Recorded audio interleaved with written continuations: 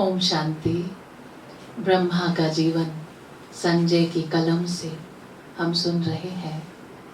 ये जीवन पढ़ रहे हैं, ये कहानी सुन रहे हैं जो हमें जीना तो सिखा ही रही है, हम आत्मा को स्वतः ही जैसे सुंदर बना रही है। बाबा का व्यक्तित्व इतना सुंदर है, इतनी गहराई है, उनके बहुत से गुण हम सीख पा रहे हैं, जीना सीख पा रहे हैं। आज भ्राता जी कह रहे हैं, ब्रह्मा बाबा ने अपने भागीरथ पुरुषार्थ के फल स्वरूप स्वयं में सब गुणों को आत्मसात कर लिया। प्रश्न उठता है कि उन्होंने दूसरों के लिए क्या किया? नहीं, हमें कहना चाहिए था कि प्रश्न उठता है कि उन्होंने दूसरों के लिए क्या नहीं किया।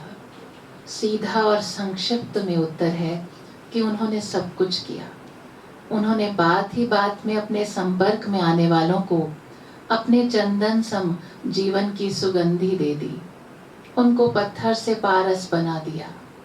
वे स्वयं तो महान और महामना थे ही, परंतु जो भी उनके संपर्क में आया वो भी कुछ न कुछ महानता लिए बिना ही वहां से खाली हाथ नहीं चला गया। शायद उस समय किसी को पता भी न चला हो कि वो क्या लेकर जा रहा है, परंतु शीघ्र ही उसे ये मालूम हो ही गया कि बात ही बात में उसे कोई अनमोल राजदान ने दे ही दिया। मौका हंसी का हो, कोई स्थूल सेवा का हो या घूमने फिरने का, बाबा ने उन सब का फायदा उठाकर अपने संपर्क में आने वालों को फायदा पहुंचा दिया और साथ साथ कायदा भी बता ही दिया। उदाहरण के तौर पर एक बार बाबा के साथ कुछ बच्चे घूमने जा रहे थे कि आंधी की तरह हवा के कुछ तेज झोंके एक के बाद एक काफी धूल लिए सभी पर अपना अपना वार कर रहे थे। बाबा मुस्कुराए और कहा, देखो बच्चों, माया के तूफान ऐसे आते हैं, वो कई बच्चों की आंखों में धूल डाल देती है, परंतु अभी भी देख लो, आपका मुख बाबा की ओर ही होता तो आपकी आंखों में धूल ना पड़ती। बाबा ने ये इसलिए कहा कि क्योंकि धूल से लदी हवा के झोंके सामने से आ रहे थे, अतः बच्चे यदि अपना मुख बाबा की ओर कर लेते तो धूल की ओर उनकी पीठ हो जाती, जिससे वो बच जाते। इस प्रकार एक छोटे से वृत्तांत को भी बाबा ने ज्ञान की पुट देकर बच्चों की वृत्ति और स्थिति ठीक बनाए रखने का कायदा बताकर बच्चों को फायदा कर दिया और सबको हंसा भी दिया। इसी तरह का एक और भी लौकिक वृत्तांत यहाँ बता देना सम्यक होगा। बात ये थी कि दिन के भोजन के लिए कुछ बच्चे क्लास के बाद एक जगह बैठकर सब्जी काट रहे थे। आबू रोड से कुछ टोकरों में कुछ टिंडे आए थे। काटने वालों ने अपनी समझ के अनुसार कच्चे अलग और पक्के अलग कर दिए थे। काटने की प्रक्रिया जारी थी कि बाबा भी वहां आ पहुंचे। वो भी बैठ गए एक चौकी पर। पूछा कि ये टिंडे और ये टिंडे किस कारण से अलग अलग रख दिए हैं। सब्जी काटने वाली एक बहन ने अलग अलग टोकरे की ओर इशारा करते हुए कहा कि बाबा, ये कच्चे हैं और वो पक्के हैं। बाबा ने कहा, अच्छा इन्हें लाओ मेरी तरफ, मैं कच्चों में से कुछ पक्के और पक्कों में से कुछ कच्चे निकाल दूं। बाबा ने अपने हाथ बढ़ाए और कच्चे टिंडे वाले टोकरों में से कुछ टिंडे निकाल कर बाहर कर दिए। उन्हें काटा गया और देखा गया कि वो तो पक्के हैं। ऐसे ही बाबा ने पक्के वालों में से कुछ कच्चे टिंडे निकाल दिए। तो इस क्रियाकलाप के बाद बाबा बोले, जब बच्चियां सेंटरों से अपनी अपनी कक्षा से कुछ एक को ले आती हैं तो कहती हैं कि ये ज्ञान में अभी कच्चे हैं या फला फला ज्ञान में पक्के हैं बाबा, परंतु उनमें भी बाबा तथा कथित पक्कों में से कुछ कच्चे और तथा कथित कच्चों में से कुछ पक्के भांप लेते हैं। इस प्रकार बाबा ने हंसी ही हंसी में, बात ही बात में, काम ही काम में कुछ राज की बात बता दी और परख शक्ति बढ़ाने की प्रेरणा भी दे दी। मतलब हर बात अर्थ सहित, जैसे आज हमने वाणी में भी सुना। बाबा बहुत बार चर्चा में कहते, बच्चे क्या आपको आवाज नहीं आती कि भक्त आपको पुकार रहे हैं? देखो तो दुख से कितनी कराह रही है ये दुनिया। बेचारे शांति के लिए शांति देवा कहकर आप बच्चों को संबोधित कर रहे हैं।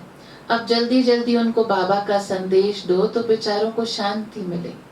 अब ये गफलत में सोने के दिन नहीं है। तो बाबा केवल बच्चों को ही ऐसा नहीं कहते, बल्कि उनकी सारी दिनचर्या से ये बात नगाड़े की ध्वनि के समान स्पष्ट विदित होती। एक बार एक भाई ने अपना अनुभव सुनाया था कि बाबा ने उसे मधुबन में रात को पहरा देने के लिए कहा था। वो पहरे पर ही था कि अर्धरात्रि के बाद लगभग 2 बजे बाबा अपने कमरे से बाहर आए और उसे कहा, बच्चे ऑफिस से तख्ती और पेंसिल ले आओ। उस समय बाबा ने बैठकर एक माता को पत्र लिखा, जिसमें बाबा ने कहा, बच्ची घबराओ नहीं, शेरनी बन सामना करो, वो दिन दूर नहीं जब तुम्हारे ये बंधन कट जाएंगे। प्रातः वो पत्र जाने वाले किसी व्यक्ति के हाथ उस माता को भेज दिया गया। लगभग 2 दिन के बाद उस माता का भी पत्र आया, जिसमें लिखा था कि उस रात उसके पति ने उससे पवित्रता के विषय पर बहुत झगड़ा किया था और उसे बहुत मारा था और उस पर बहुत सितम ढाए। लगता है उसने उसी समय बाबा को पुकारा होगा, जिससे बाबा की नींद खुल गई और बाबा ने उसके प्रति वो पत्र लिखा। एक पंथ 2 काज, ये कहावत मशहूर है, परंतु एक कार्य से एक ही लक्ष्य की या 2 उद्देश्यों ही की सिद्धि नहीं होती थी, बल्कि बाबा के एक कार्य से अनेकों का भला हो जाता था। ऐसा कल्याणकारी था व्यक्तित्व उनका। वे माता पिता शिक्षक सतगुरु का कर्तव्य अलग अलग समय नहीं, बल्कि अपने आचार व्यवहार और दुलार से एक साथ भी कर लिया करते थे। इस विषय में 1-2 छोटे उदाहरण प्रस्तुत हैं। बहन भगवती जी, जो पहले लखनऊ सेवा केंद्र की इंचार्ज थी, बता रही थी कि कराची से मधुबन आने पर उन्हें प्यारे बाबा ने कपड़ों का स्टॉक संभालने का कार्य सौंपा।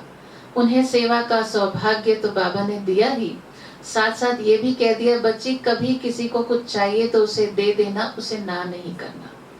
अपने इस कथन की व्याख्या में बाबा ने उन्हें समझाया, देखो यहाँ जो भी बच्चे रहते हैं वो समर्पित है, उन सभी का बाबा पर हक है, अधिकार है, इसलिए उनकी जरूरत पूरी होनी चाहिए। किसी को भी ऐसा महसूस ना हो कि यहाँ तो चीज मिलती नहीं। किसी को ये भी संकल्प ना आए कि लौकिक घर में तो हमें सब चीजें मिल जाती थी। तो बाबा ने भगवती बहन से ये भी कहा, देखो बच्ची, अगर किसी को भी लौकिक घर का सुख याद आया और भगवान से उनका मन हटा तो उसका दोष तुम पर आएगा। देखिए तो बाबा बच्चों का कितना ख्याल रखते। कार्य करने वालों को सावधानी भी दिव्य गुण युक्त दे दी और माता पिता के समान सभी बच्चों के भरण पोषण की ऐसी व्यवस्था भी कर दी कि किसी को कोई भी दिक्कत ना आए, किसी को मांगने की जरूरत ना पड़े। अगर किसी को आवश्यकता हुई भी हो तो वह निराश होकर खाली हाथ ना जाए और उसे ना तो इंतजार करना पड़े ना दोबारा मांगना पड़े। भगवती बहन ने बताया कि फिर एक बार उन्होंने बाबा से कहा, बाबा योग तो मेरा ठीक लगता है, परंतु कभी कभी योग के दौरान सेवा का कोई संकल्प आ जाता है। गोया वे ये जानना चाहती थी कि बाबा इस विषय में क्या कहते हैं। तो बाबा ये तो समझाते ही थे कि हमारे योग में दूसरे कोई संकल्प नहीं आने चाहिए, परंतु उस दिन परिस्थिति और स्थिति के अनुसार बाबा ने उन्हें कहा, बच्ची, अगर आपके स्टॉक से किसी ने कोई चीज मांगी होगी और आपने उसे नहीं दी होगी तो सेवा का संकल्प तो आएगा ही, इसलिए आप उसे पहले से दिया करें। इस प्रकार सेवा के साथ बाबा ने भगवती बहन को योगाभ्यास के व्यावहारिक रहस्य भी समझाए और एक साथ सभी कर्तव्य किए। संक्षेप में तो ये कह सकते हैं कि बहुमुखी व्यक्तित्व था ब्रह्मा बाबा का।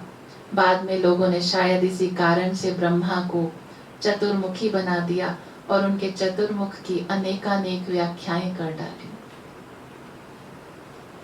ऐसे थे हमारे बाबा, ऐसे हैं हमारे बाबा, हमें भी ऐसा बनना ही है, ये संकल्प और पक्का लेते हैं। Thank you. ओम शांति।